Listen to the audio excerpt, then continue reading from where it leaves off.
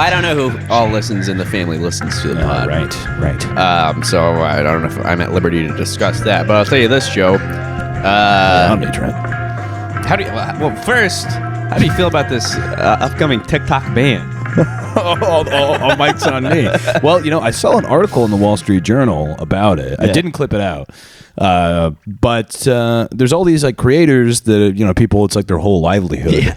And they're like, none of them, they keep making dance videos every day and they go, yeah, we'll believe it when we see it. Right. Well, apparently it's happening January 19th. January 19th, just the day before the man who could stop it comes into office. That's true. I didn't think about that. It is really funny because he's like, I'm going to save TikTok. And all these fucking idiots on TikTok are like, our hero. I hear him. Donald J. Trump. Anyway, I hope it gets shut down, and I hope anybody that's on it is killed. But I until it gets shut down, I am still on it. Yeah. You're a huge TikTok. I love TikTok. I love my feed. Yeah, you love your feed. Scrolling through. You love the For You page. Yeah, I love the For You page. Yeah, I love the TikTok I love scrolling. shop. Oh, TikTok shop. So this is what leads me to bringing this up. I never look at the TikTok shop and say that 5 times fast. Well, that's news to me. I would have pinned you for a guy who looks at the TikTok shop, Trent. Well, I hate to say it, but I don't frequent the TikTok shop. You don't frequent the TikTok shop. Okay. Well, you learn something new even about your best friends almost every day. Yeah. Well, but sometimes... Where do you like to shop? Do you prefer perhaps Target or perhaps Facebook Marketplace? Walmart.com. Anywhere but the TikTok shop, I guess. Yeah, anywhere but the TikTok shop really is where I like to spend my days. Yeah. So, let the hours idle away. Yeah. But anyway, sometimes you'll accidentally You'll swipe into the TikTok shop. Yes, of course. And I got some recommended items from the TikTok shop. And one of them was a necklace with a swastika on it.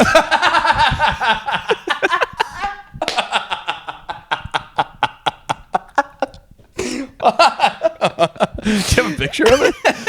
I might try to find That's crazy. Yeah. I mean, you can show me later, but yeah.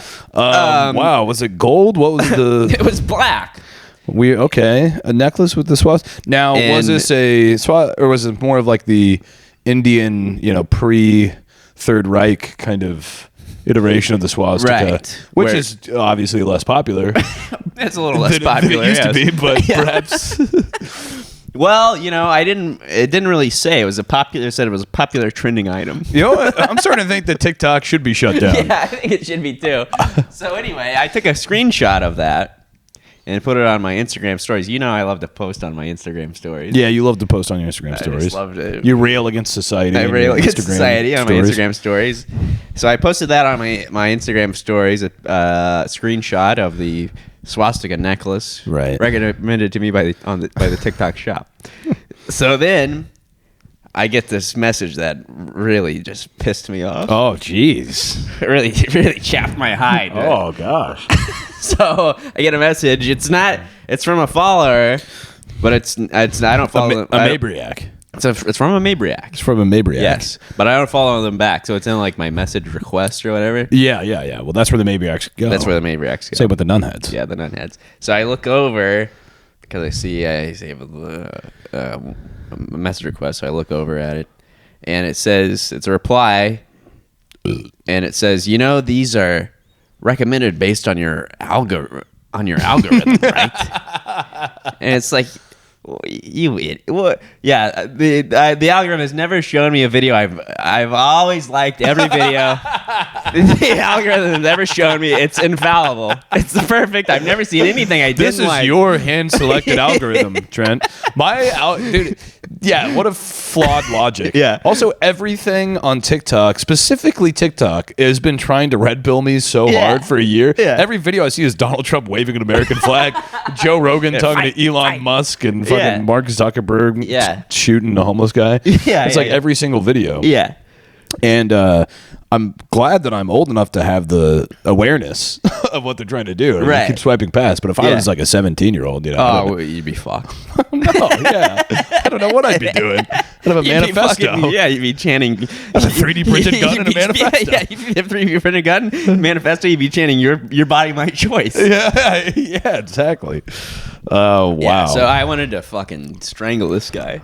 The perfect algorithm, infallible. It always recommends anything. Who was selling the swastika? What was the retailer? I don't know, but it retailed for about $3.29. I got 4 of them.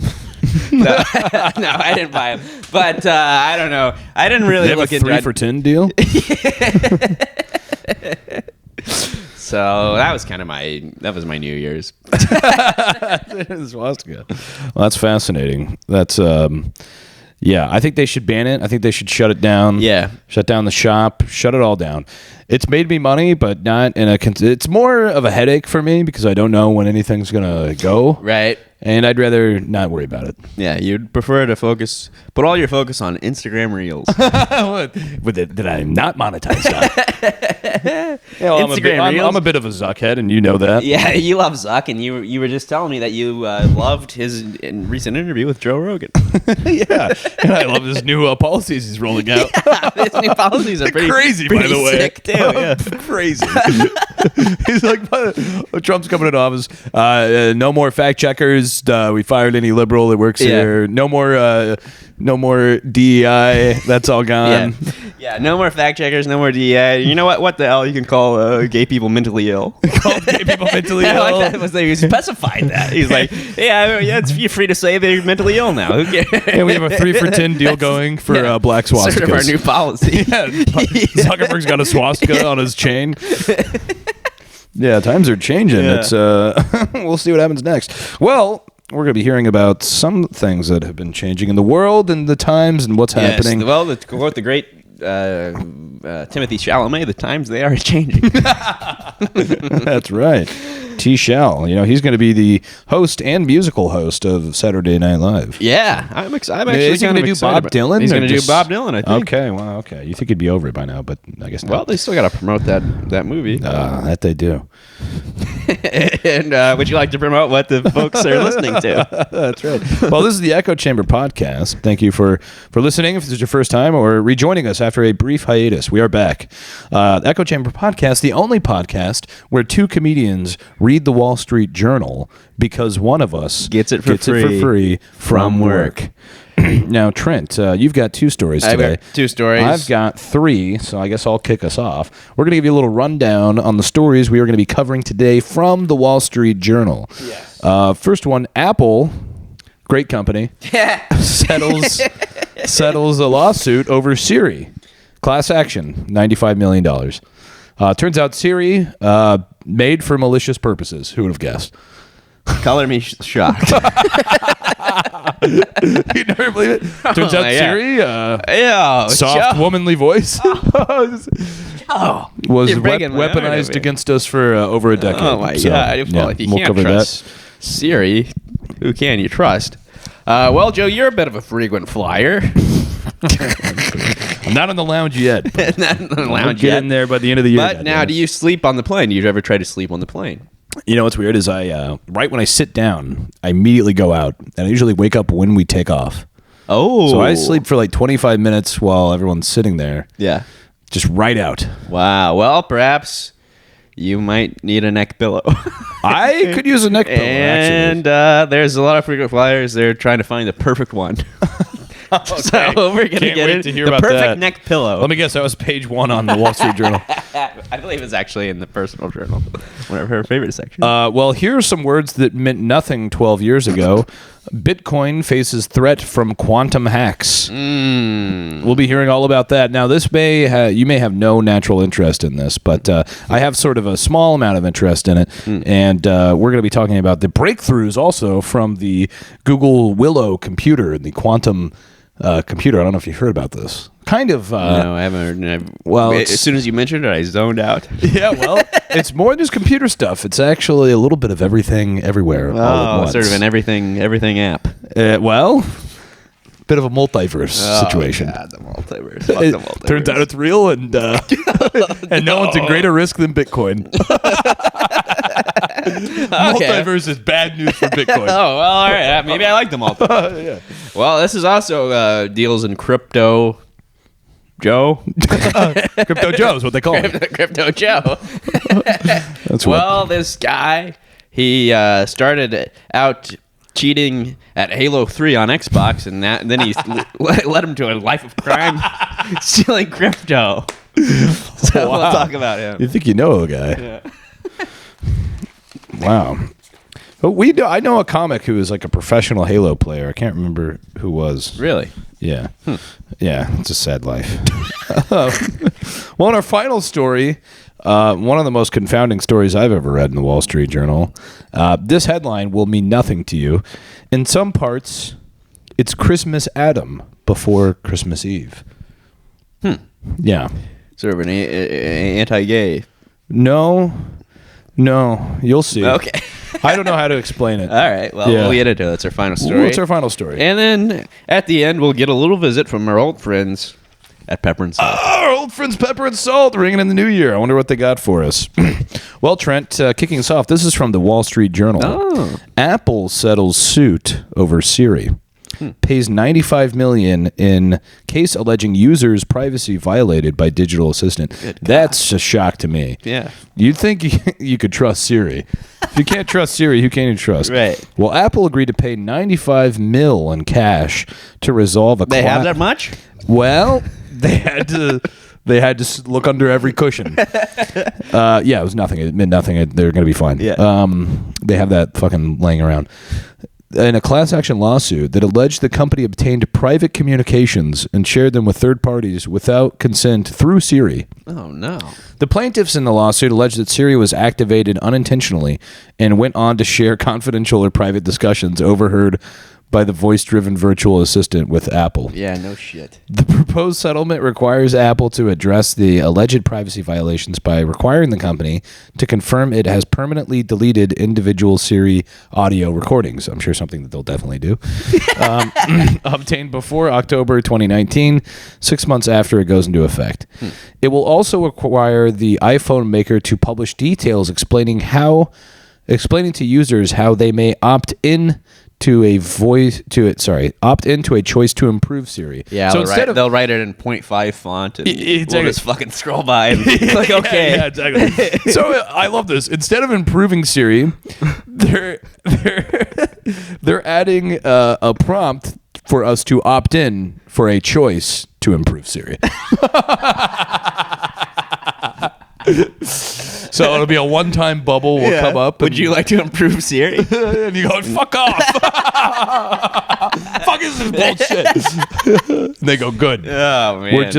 They know exactly what we don't want to click on. Right. So they just make the thing that they're required to do federally look like the thing that is spam. Yeah. And then that goes away. Exactly. So they're evil scumbags and they're ruining the world. Yeah. Well, Apple has had dust-ups involving Siri in the past. The company in 2019 temporarily suspended the practice of using contractors to listen to and grade Siri voice recordings after the British newspaper The Guardian found that Apple contractors regularly listen to customers' confidential information, such as medical information. Apple at one time said it would resume the practice in the fall after updating software and making a series of changes, including no longer retaining audio recordings by default. Siri was introduced on a prior generation iPhone in 2011. I remember when she came out. Yeah. And, well, it's a couple bumps in the road, but I always hate her fucking guts. Ultimately, I think she's a good woman. I think that she means well, and she's made mistakes like any other AI chatbot has. And why do you think that all these chatbots, they're all ladies? Why do you think they make them all ladies? They probably did some fucking survey and found that a woman's voice was, I don't know, more soothing or something. Yeah. But I think it's a little shrill. I think it's shrill. It's grating on my ears. That's for damn sure. It's a little grating, a little shrill, if you ask me. Now, I've never asked Siri a question in my life. Me either. I couldn't imagine doing that. I couldn't imagine doing it. I've never said the word Siri. Hey Siri. No, I don't even have it set up on my phone. I'm sure it's still I don't know where it is. Yeah. And Well, you don't have an iPhone. No, but I've had one in the past, and I have a MacBook. Yes. And I've also never talked to Google or anything. No. And I have only been a part of these discussions when I am dating a woman. They like to talk to Siri. They like to ask Google, Alexa, all that shit. I've never said a fucking thing to an Alexa in my fucking life. But when I've been in a long-term relationship, we're going, Alexa, time for daily crossword puzzle. Yeah. That shit goes right out the window. Right. The moment the woman leaves. All the Alexas and Siris are gone. I know. It's like ordering a boba tea. You only do it with a lady. Yeah, I couldn't imagine. Can you imagine walking into a boba tea place? A single straight guy. Siri, directions to the nearest boba tea. Single straight guy walking in there with your cock tucked between your legs. One boba tea with a big fucking straw. It's just me and my Siri. I want to slurp up some giant fucking boba balls in my mouth. Well, is that it on the? Yeah. Siri sucks cock, and so does Apple.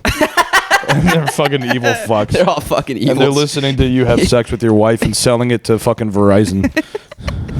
They're all fucking They don't care about you. Evil they don't care about you at all. Evil scumbags. All evil scumbags. And you don't need Siri. No, you don't need Siri. You don't need anything. You don't need anything. I don't need a chatbot. I don't need quantum computing. I don't want AI. I don't want Bitcoin. I don't want Siri. I don't want fucking any of it. All it is here to fucking rape me. It's going to fucking rape me into oblivion.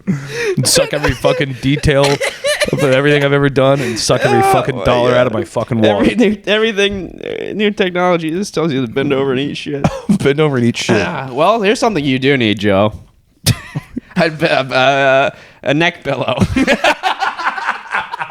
Now there's an invention I can get behind. How did we fly for years without the neck pillow? I don't know how I'm doing it.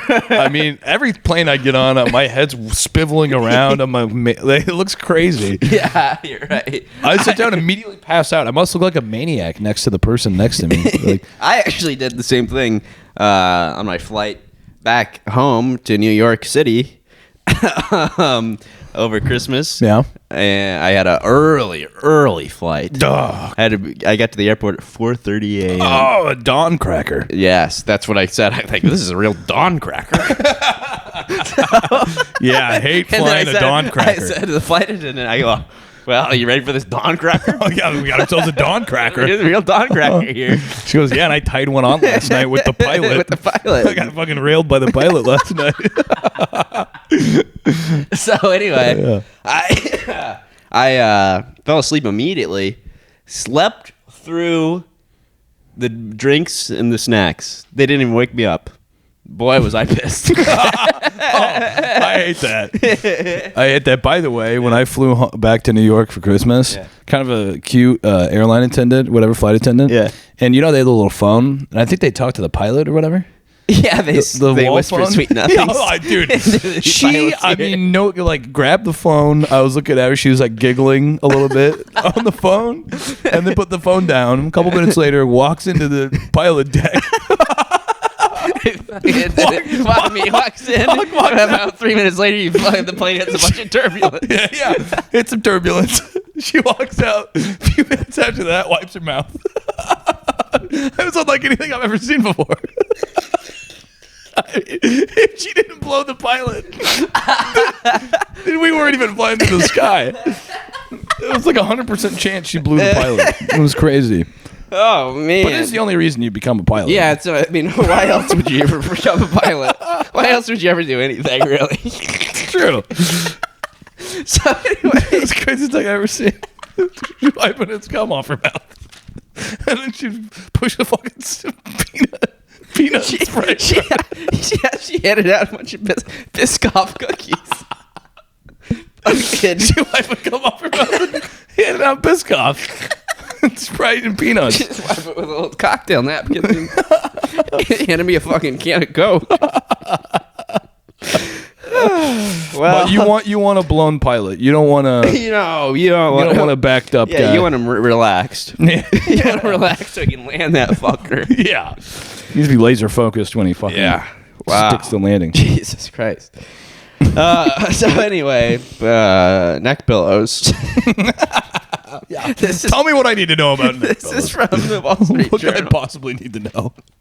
I mean, what could they possibly be telling us in this article? This article, Can't imagine. It's 10 paragraphs long. So headline: Flyers seek better ways to get sleep on a plane. I mean, read this article. If you're on a plane, you'll go right out. You'll go right out. Written by Jacob Passy. Change the A for a U. Sounds like. It's the holy grail of long distance economy travel. A pillow that can actually help you get some sleep. Falling asleep on a plane has long been a tall order for flyers. Lately, it's gotten worse. Yeah, add it to the fucking club. Add it to the list. Yeah, ever thinner chairs. What the fuck does that mean? I don't know. Thinner chairs. I haven't. Of all the things, of all the bike plates I've had flying, I've never been this chair. It's just too damn thin. Yeah, that seems to be like the last of the issues with the chair. It's usually not enough space. Yeah, well, that's the next cramped confines. Yeah. They're a recipe for a restless journey. Oh, is that what they are? Yeah, it's apparently what it says here. So we're looking for better neck pillows. Yeah, and the end result is flyers buying body pillows, neck pillows, horseshoe pillows, and whatever else they heard about from a friend or saw on social media to get some sleep. They saw it on the TikTok shop. The fucking swastika. I saw a swastika neck pillow. Many have come to the same conclusion. The old school U-shaped pillows found in virtually every airport gift shop across the globe aren't working. They're not working. It's time to try anything else. Wow. See, I was about to get the U-shaped one for the first time in my life, but I guess it's... No, what you need is this. That's fucking insane. Can't you imagine walking around? Jesus. Joe. So there's a picture here of a guy, you know, like what the giant dome hat that scuba divers used to wear? Yeah, it's 80 years ago with like a cage in front of it. The intro of Scooby-Doo. Yeah, exactly. That's what it is. CV. That's what... That's crazy. Yeah. But it's that, but plush. That's insane. That's good. And I'd like to try out how much padding that has when I hit them over the head with a baseball bat. Joe Wood, 63 years old, has racked up close to 1 million frequent flyer miles traveling for work. He says he has tried all sorts of sleep aids. He found micro-beaded filled neck pillows were bulky to carry and provided little to no support. He then resorted to fashioning his own pillow out of airline-supplied blankets. Wow. That's just crazy. He has finally settled on a travel pillow from Kaboo. He likes how the pillow can be compressed to fit in a small carrying case, but he says it isn't a perfect solution. It's the best I've had, but it's still maybe a 7 out of 10. Maybe this is the problem, is that no pillow ever is comfortable when you're on your head when you're sitting. Yeah. No, I mean, it's impossible. Yeah. So what the airlines should do is make it so you can lay completely back. Yeah. Flat on your back. Flat on your back. Yeah. Have the flight attendant come by and... Yeah, we should all be living like pilots. First class. So, yeah, I mean, anyway, that's kind of all there is. What a find. what a find in the Wall Street Journal. You'll never win. You can't. Basically, the gist of our article is you can't fucking win. You'll never get any sleep on the plane. You can't win. Also, You'll never get to it's sleep. like, what? I mean, unless you're flying, like, twice to Australia or something. Yeah. How bad do you need to fucking sleep on the plane? Give me a fucking break. Give me a break. Grow the fuck up. I get a ton of sleep on planes. Yeah. And is it comfortable? No. But you know what? I'm flying on a fucking airplane. It's a miracle. It's a fucking miracle. It's a miracle, and it's not going to last for very much longer. Yeah, so. Turbulence is getting worse. Well, Trent, this is from the Wall Street Journal. Yeah. Bitcoin faces threat from quantum hacks. You may be asking yourself, what does that mean? Well, Bitcoin's rally faces a risk that isn't on the radar of most crypto investors: quantum computing. The nascent technology, which drew attention this month after Google claimed a breakthrough with the new Willow quantum computing chip, could one day enable hackers to break the encryption that keeps Bitcoin secure. So, do you know about the Willow quantum computer? Have you heard about this? No. You haven't heard about this? The only thing I know, the only thing I care about is the willow tree. But I don't know anything about the willow or I don't even know really what quantum computing is. Well, neither do I really. Yes. But the basic concept is that a regular computer uses zeros and ones to do binary code to use processing. Yes. And a quantum computer, it's kind of hard to explain, but it kind of uses both at the same time.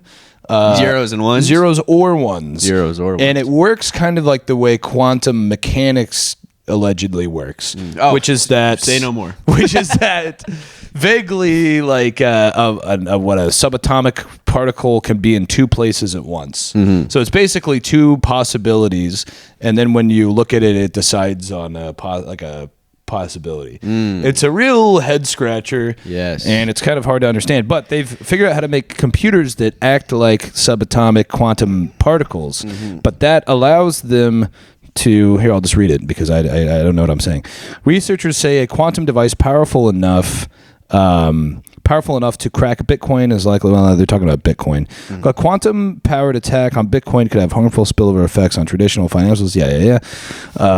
Okay, here we go. Unlike standard computers in which all data is fundamentally represented at either zeros or ones, quantum computers use the quirky properties of subatomic particles to represent data in, quote, qubits, which can exist in a continuum of states that are a mixture of zeros and ones. That allows quantum computers to race through tasks that would take standard computers far longer than a human lifetime to solve. Such tasks can include discovering new medicines, forecasting weather, or cracking the encryption on a used of everyone's sensitive data. So the implications are horrifying. So it can either track the weather, it can ruin your fucking life. We can either know if a storm's coming a few days sooner, or all of our financial security will be permanently compromised. But we should still spend millions of billions of dollars on this technology. Yes. And well, basically, so they did this. They built this Willow computer. They've been working on it forever. Yeah. And it's a quantum computer. They asked it to do this like problem or whatever. They would take 17 septillion years to solve the fastest supercomputer, which is longer than the universe has existed. And it did it in 5 minutes. And I don't really understand this. How long would it take Goodwill Hunting to do it? Like 7 minutes. Yeah. 7 or 8 minutes. Yeah. I don't really understand this, but they're saying now that it almost proves that there's a multiverse. So we don't have to get into all that because it's kind of a lot to think about. And I don't really understand it, but check it out if you have any passive interest in that. Moral of this story is that Bitcoin's fucked, and I mean, we all thought it was so secure, and just a great investment. But hackers have stolen Bitcoin before, but their attacks generally involved like punching a guy in the face and taking his Bitcoin key. Bitcoins are at risk once quantum computers become powerful enough. That is because hackers could steal coins being moved from one address to another in the 10-minute window that it takes for the Bitcoin networks to confirm such, because it's all digital, so you could just move it around with your quantum computers. I'll stick with the greenbacks. Yeah, baby. Give me some good old greenbacks. Well, this is just a bunch of mumbo jumbo that I think that basically Bitcoin's fucked. Quantum computers are coming, and they're gonna fuck us all right in the ass. But we'll know that the winter storm's coming a couple days earlier. So that'll. Yeah, we'll know the storm's coming, and I mean, there's nothing we can really do about it. I think it's safe to say that a storm's coming. The storm is coming, the likes of which you have never seen. Well, Joe, this is my final story, not our final story. This is from the Wall Street Journal. This is also sort of deals in cryptocurrency, or one of our favorite subjects. The headline: a game on his Xbox led to crypto thievery. Back to a human story. Yes. So we can wrap our hands around. Yes. We all understand Xbox.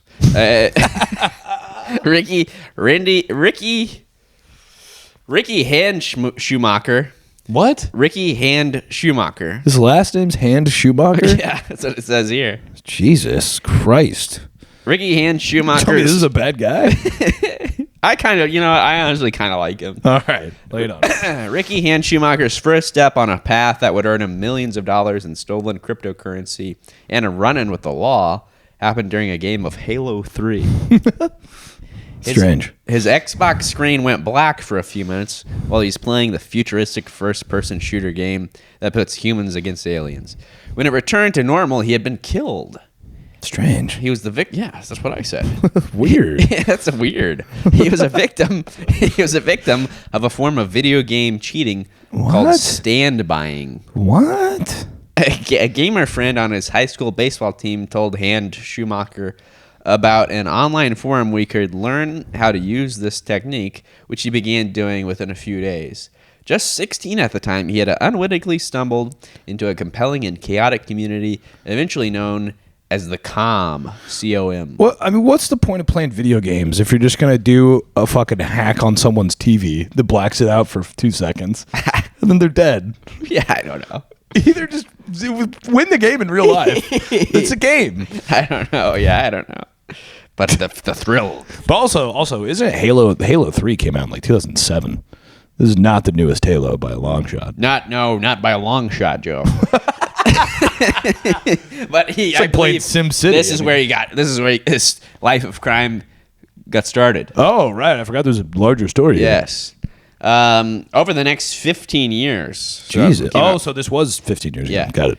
This group of gamers and hackers would grow up with Hand Schumacher, emerging as a major cybersecurity threat. They developed techniques that would wreak havoc on U.S. technology and telecommunications companies while generating for some members millions of dollars in thefts and extortion payments. Wow. Well, we've seen an uptick in the severity and the sheer number of folks who are at a very young age committing serious cyber crimes, said Will McKean, a supervisory special agent with the Federal Bureau of Investigation. It's a bullshit also job. known as the FBI. He's middle management in the FBI. Learning about gaming cheats is often the first step, he said. It starts you down that pathway toward a comfortability with doing things that are kind of against the rules and no one's checking on you and saying, hey, if you do that, that actually crosses the line. So cheating at Halo is sort of a gateway. It's a gateway drug. It's like marijuana. It's a gateway drug. It's a gateway drug, and video games cause, violence, cheating, theft, crime. It's life of crime. Today, more seasoned hackers are recruiting kids from the gaming world, says Allison Nixon, Chief Research Officer at online investigations firm Unit 221B. Bullshit firm. Yeah. There's a talent pool in those video games that can be drawn from, and fraud groups have realized this. So what he did to stand by a fellow gamer, Hand Schumacher launched a cyber attack known as a distributed denial of service against his gaming rival. He would go to websites that would charge him about $10 a month to launch the attacks, crushing his opponents with a flood of unwanted internet traffic. Who's really getting scammed if he's the one paying $10 a month to win in Halo? I mean, at that point, yeah, you're right. I mean, what a fucking get a life, dude. Yeah, kind of a bit of a loser. As he moved about the Halo world, so it was, quote, it was getting like free wins, Hand Schumacher said. You felt like you were in control and there was nothing they could do to stop you. Oh, what a monster. That was just the beginning. The son of a nurse. What a bummer. You got your warthog. You're going through the... you're blasting up some aliens. And then the whole goddamn TV goes black. And then you got a KO. You got a KO. It's enough to make you throw the controller across the room. It's not, exactly. It's enough to make you a rage quit. Yeah, rage quit. Yeah. Just rage do some other rage You're things. Playing as Master Chief. Yeah. Get online and get in the comments section on some girl's TikTok. Let out some steam. Yeah, let out some steam. Call her down to filthy war. Yeah. That was just the beginning. The son of a nurse at the county's... That son of a nurse. That damn son of a nurse. At the county's sheriff's department. Hand Schumacher was a popular student who liked to rollerblade.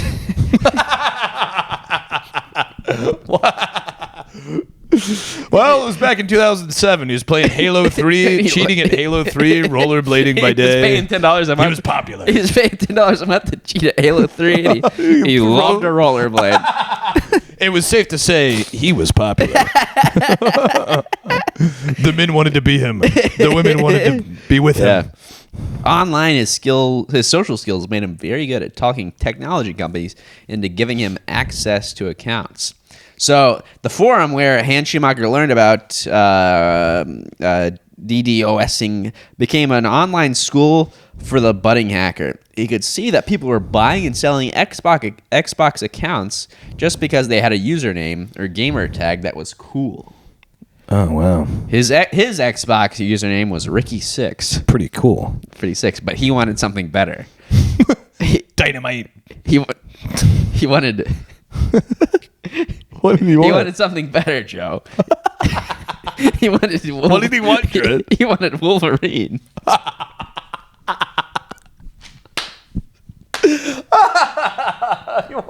Just the word Wolverine? Yeah, he wanted Wolverine. I have to have Wolverine. I need Wolverine. Ricky Six is dog shit. Ricky Six sucks. Ricky Six sucks cock, babe. I need Wolverine. This is my favorite X-Man. He's just my absolute favorite X-Man. He has metallic claws, and he can regenerate it. He can heal himself. He can heal himself. It's actually, his claws are made of adamantium. So. It's actually pretty sick. Yeah, sorry about that. Adamant. Baby, he has adamantium claws, and he can heal himself. He can regenerate his wounds. Yeah, it's kind of his only arch nemesis. He's also got a fucking chip on his shoulder. Yeah, but Magneto can really fuck him up. But to get the Wolverine account, he called up account support for Zune. Imagine making a call to get the Wolverine account. Yeah, a Microsoft Music app. This guy rocks. That was linked to Xbox accounts. He said he had questions about his account. Then he asked for a reference number so he could call back. He cut the call off before proving his identity. A few minutes later, he called again and gave the reference number. The person on the phone gave him the name of the email account without requiring him to answer the security questions. Whoa. So he hacked into the Wolverine account? Yes. Next, he called Wolverine's email provider and said he was hacked and needed back in. Hans Schumacher doesn't remember exactly how he bluffed his way into the Wolverine email account. He said the questions were often easier to answer at that time, and he was often able to guess successfully.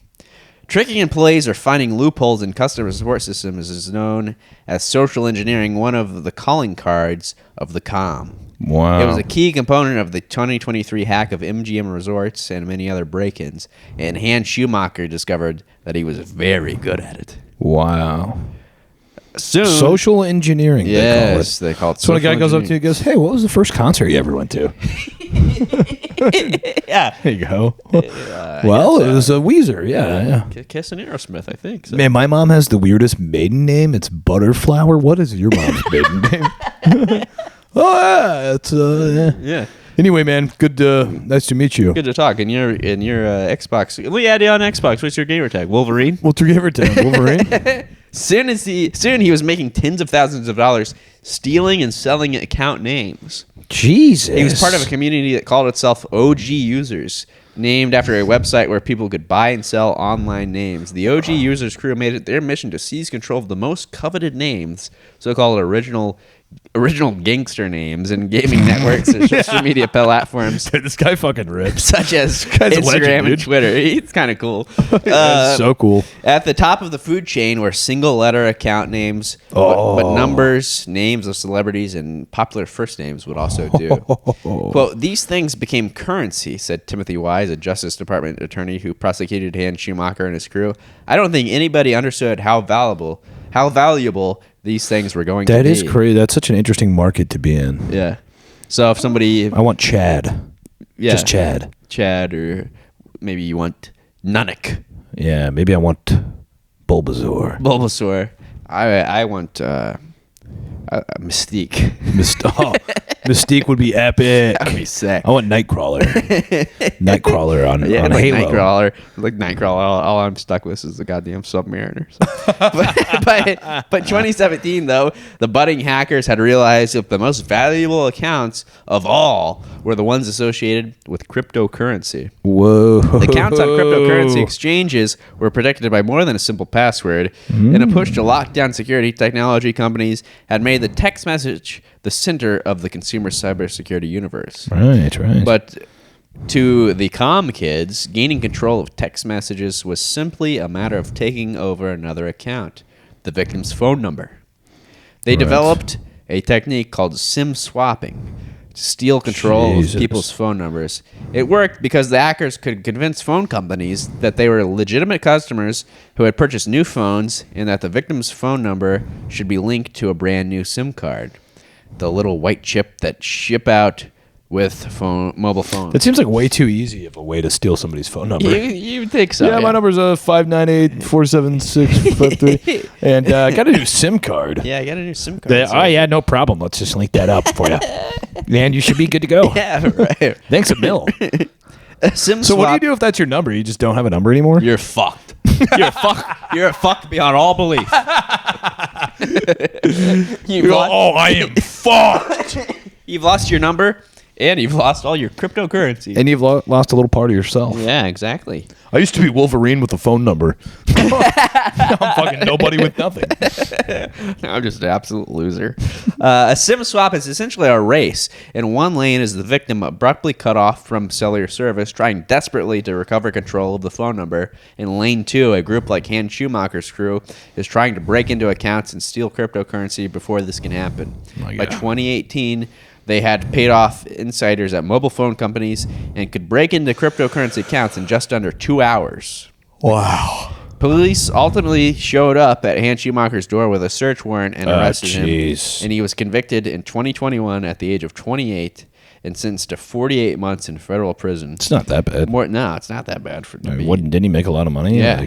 More than a decade after his introduction to the world of the comm, he was released this past May after serving 27 months. Right in time to harness the powers of quantum computing.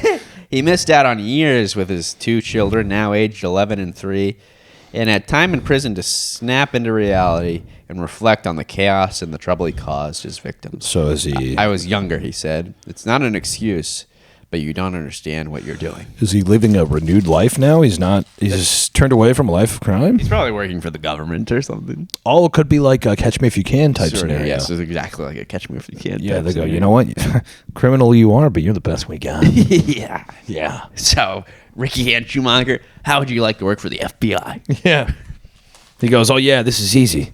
This is just a classic SIM swap. They go, damn, he's good. Well, we've got a bit of social engineering. We got a bit of a wholesome story to round us out. Oh, at the end of the I love a wholesome podcast. story. I mean, it's kind of a nothing story. It's fine. Not everything needs to be hard-hitting journalism. Well, that was hard-hitting journalism. That was, yes. This will be a huge change of pace. So our final story of the podcast, the Echo Chamber podcast, and this, too, is from the Wall Street Journal. In some parts, it's Christmas Adam before Christmas Eve. Now, you might be wondering, what does that mean? Yes, that's exactly what I was Well, let me explain. Some 2,000 years ago, Trent, on a holy night in Bethlehem, as stars were brightly shining, a young woman gave birth to a baby and laid him in a manger. The baby's name was Jesus Christ. And he was the thrill of hope for a weary world. Yeah, a weary world. A world indeed. Well, were rejoicing, that's as I the think. gospel story goes. The Christians ever since remember his birth in the candlelight of Christmas Eve. Then, much more recently, though no one can seem to recall exactly when or where, came the birth of a new celebration. Adherents call it Christmas Adam, and they celebrate it on December 23rd. Why? Yeah. They have a universal reply. Because Adam came before Eve. So you have the Christmas Eve on the 24th, and now there's Christmas Adam on the 23rd. So take everything you thought you knew about Christmas, throw it out the window. There's a new Christmas day in town. It goes Christmas Adam, Christmas Eve, and Christmas Day. Oh God. It's hard to define Christmas Adam aside from the date. Unlike Christmas Eve, Christmas Adam is not part of the official Christian calendar. Yeah. The Vatican certainly does not recognize it, No. and many churchgoers have not heard of it. There is not one way to celebrate either, but some evangelically minded and social media savvy Protestant churches and families have embraced the celebration, making up Christmas Adam traditions as they go, one joke at a time. Christmas Adam is just a, quote, silly generic term, said the Reverend Sean G. Morris, 35, of Covenant Presbyterian Church in Oak Ridge, Tennessee. Bullshit church. Quote, December 24th gets an official title. It gets called Christmas Eve. Yes, Explained. because it makes sense. Quote, so what the heck? Let's give December 23rd a semi-official imprint as well. Why? Well, it's fun, Trent. It's fun. Too much fun. It's fun. Christmas Adam. Mr. Morris, 35. This is the dumbest article. This was on the front page of the Wall Street Journal. Jesus. Mr. Morris, 35, has started his own Christmas Adam ritual. On December 23rd, he shares a photo of a naked kid. No, I'm just kidding. Shares a photo of a McDonald's sandwich, the McRib. Uh-huh. Rib. Get it? Yes, the rib. The rib was taken from Adam to create Eve. To make Eve.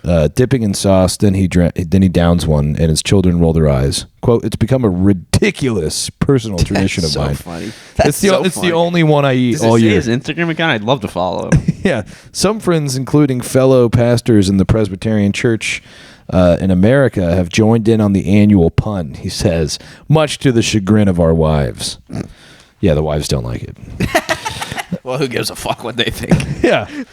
Well, the Reverend David Dorn of Faith Methodist Church in Richmond, Texas, said his church added a Christmas Adam service during the coronavirus pandemic. Who could forget the coronavirus pandemic? Yeah. To allow for social distancing. The change stuck. Christmas Adam worship featured contemporary music. Christmas Eve worship was traditional. Quote, I had people who loved coming on the 23rd because they could do Christmas Eve with their family while still having a religious experience. Oh, yes. The church urges people to wear their ugliest Christmas sweaters and I'm sick of the ugly Christmas sweater. I never want to see another one But again. it's a Christmas Adam tradition, Trent. Not even on Christmas Adam? You don't want to wear an ugly Christmas sweater?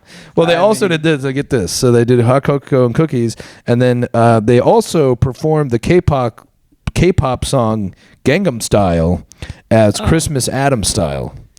They go, what is this, 2013? Christmas Adam style. What? Christmas Adam style. I think it's fun. It's fun. It's Christmas Adam. Of course we're going to play Christmas Adam style.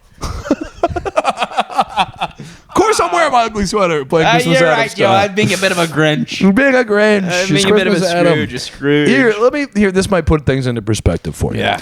We don't take, quote, this is from Mr. Hoden, who's one of the people who goes to the church. We don't take ourselves too seriously with it being Adam, him being first. I don't know why he had that. Mr. Holden, 42, explained, noting that women, including his wife, preach in the church. I don't know why that is relevant. Yeah. As Christmas Adam spreads, and spreading it is, some pastors worry that aspects of Christmas Eve may be slightly overlooked. Quote, it is much more of a Mary-centric holiday. She is the star, said Julie Faith Parker. Mary? A biblical scholar, bullshit job, and the author of the book Eve Isn't Evil. I don't know. Eve is evil? Isn't evil. Isn't evil. Oh. Who is saying that?